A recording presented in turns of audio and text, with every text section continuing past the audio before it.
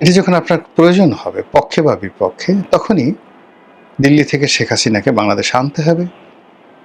তারপরে শেখ হাসিনার বিষয়ে কথাবার্তা বলতে হবে এবং সে আজকে ঢুকে পড়বে। এক পক্ষ বলবে যে সে যখন ঢুকে পড়বে সারা বাংলাদেশ কাঁপতে থাকবে। আর এক পক্ষ বলতে থাকবে যে সে ঢোকা মানেই ফাঁসির কাষ্ঠে তাকে ঝুলানো হবে এবং তার বাকি জীবন জেলখানাতে কাটাতে হবে। আর এ সকল কথা কেবলমাত্র নির্দিষ্ট শ্রেণী বা পেশার যারা লোক তারাই বলছেন না, এগুলো বলার জন্য সাদা চামড়ার বিভিন্ন বিদেশি যারা এজেন্ট রয়েছেন তাদের মাধ্যমে এই সকল কথাবার্তা বলা হচ্ছে। ফলে কি হলো, ঘুরে ফিরে রাজনীতিতে আমাদের ইচ্ছা থাকা না সত্ত্বেও বারবার শুধু আওয়ামী লীগের নাম চলে আসছে, বারবার শেখ হাসিনার নাম চলে আসছে। এবং মানুষজন যখনই আপনি শেখ হাসিনা আসবে বা আওয়ামী লীগ নিয়ে আপনি যে কোনো কথা বলেন, ইতিবাচক বলেন নেতিবাচক বলেন, মানুষের যে অ্যাটেনশন আপনার দিকে চলে যায়। এই বাংলাদেশে এখন বঙ্গবন্ধুকে গালি দিলে বা তার পক্ষে কোনো কথা বললে আপনি দৃষ্টি আকর্ষণ করতে পারেন। আপনি যদি এখন নেতিবাচক অর্থে নায়ক হতে চান, বঙ্গবন্ধুকে খুব করে গালি দিতে হবে, মুক্তিযুদ্ধকে গালি দিতে হবে, বঙ্গবন্ধুকে কাপুরুষ বলতে হবে ইত্যাদি নানা রকম ঘটনা।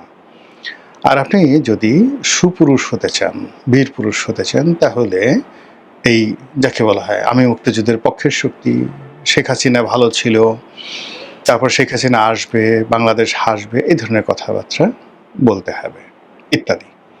কিন্তু এরই মধ্যে আমাদের যে বিবর্তনগুলো হয়ে গেছে মন এবং মানসিকতার, বাস্তবতা হলো যে একটা সময় মানে শেখ হাসিনার জমানার শেষ একটি বছর ভারত বিরোধী মনোভাব একেবারে তুঙ্গে গিয়ে পৌঁছে গিয়েছিল। আর অন্যদিকে আমাদের দেশে যে চিরায়ত মার্কিন সাম্রাজ্যবাদী বিরোধী একটা মনোভাব ছিল এবং আমরা আমেরিকানদেরকে পছন্দ করতাম না নানা কারণে।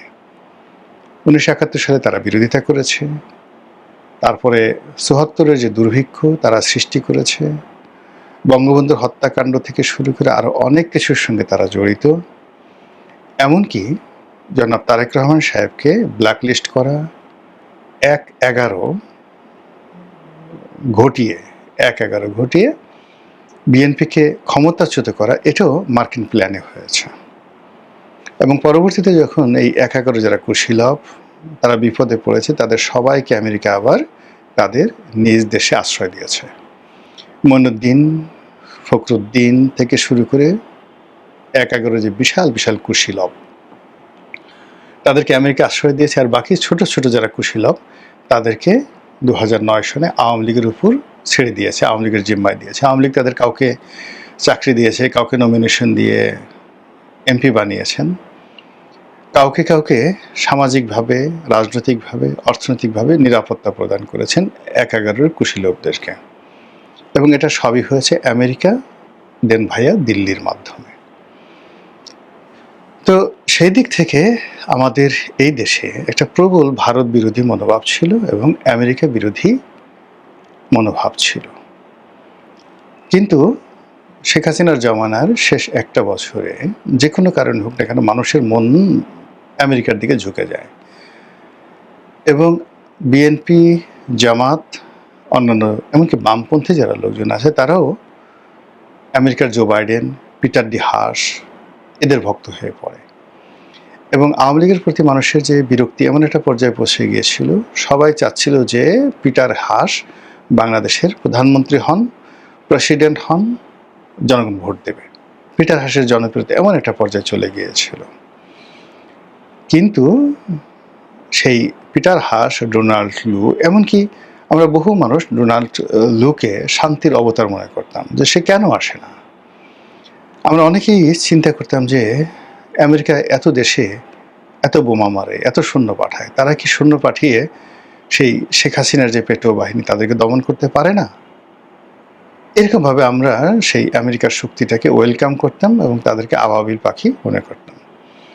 যা হোক, সেই আমেরিকার যে তুমুল জনপ্রিয়তা, পিটার হাসের জনপ্রিয়তা, সব উইদিন ৪-৫ মাসের মধ্যে বুমেরাং হয়ে যায় ইনুস জমানাতে। এবং যখন মার্কিন ডিপ স্টেট পলিসির কথা জানাজানি হয়, প্রথম থেকে মানুষ গা করেনি।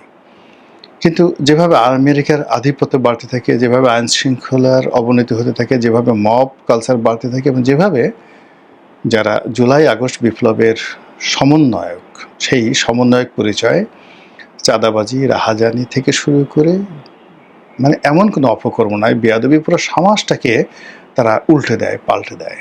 অশ্লীল ভাষায় কথা বলে, গালাগালি করে, যেখানে সেখানে মব করে, মানুষের জীবনে রীতিমতো জাহান্নাম তারা ডেকে নিয়ে আসে।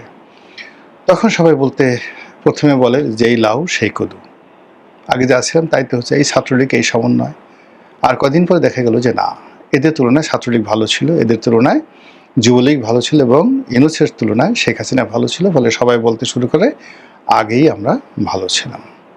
জাস্ট আফটার 3-4 মান্থ, এবং ধীরে ধীরে ধীরে ধীরে সেই আমেরিকার বিরুদ্ধে মানুষের জনমত আবার সে আগের মতো হতে থাকে, এবং পিটার ডিহাস রাতারাতি, ডোনাল্ড লু পিটার ডিহাস রাতারাতি ভিলেনে রূপান্তরিত হন।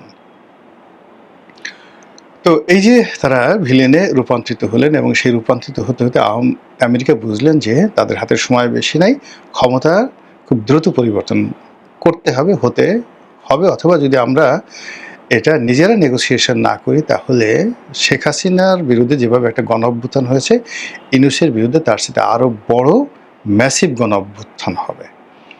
তার আগেই তারা একটা নির্বাচন অনুষ্ঠান করে ফেলে, বিএনপির হাতে ক্ষমতা চলে যায়, এবং ইউনূস এবং জামাত এবং অন্যান্য এনসিপি তাদেরকে একটা সেফ এক্সিট আমেরিকার পক্ষ থেকে দেয়া হয়।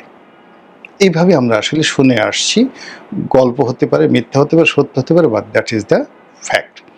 তো এরকম যখন অবস্থা হয়, তখন ওই যে আমেরিকার বিরুদ্ধে যে ক্ষোভ, এনসিপি বিরুদ্ধের যে ক্ষোভ, জামাতের বিরুদ্ধে যে ক্ষোভ, এটা বাড়তে থাকে। আর যখন একদিকে ক্ষোভ বাড়তে থাকে, তখন অন্যদিকে মানে অপোজিট, যেমন ভারত, আওয়ামী লীগ, ছাত্রলীগ সঙ্গতি করেন, ওইদিকে ক্ষোভ কমতে থাকে। মানে তারা যে অন্যায় করেছে, ভুল করেছে, ভ্রান্তি করেছে, জুলুম করেছে, অত্যাচার করেছে, এগুলোকে কেউ অস্বীকার করছে না। কিন্তু বর্তমানে এক একজনের জীবনে যে দ্রোহ, বিদ্রোহ, যে কষ্ট, যে অভাব, যে অভিযোগ মানে একত্রে এসে পড়েছে, এটার মানে সামাল দিতে গিয়ে তারা আর ভারত বিরোধিতা করতে সময় পাচ্ছে না। খুব করে উস্কানি দেওয়া হচ্ছে বিভিন্ন মহল থেকে, এই ভারতের দিল্লি না পিন্ডি, সবার আগে Bangladesh, I have a plan, মানে এই জিনিসগুলো এখন অনেকটা মানুষের মুখে মুখে ফিরছে নেতিবাচক অর্থে।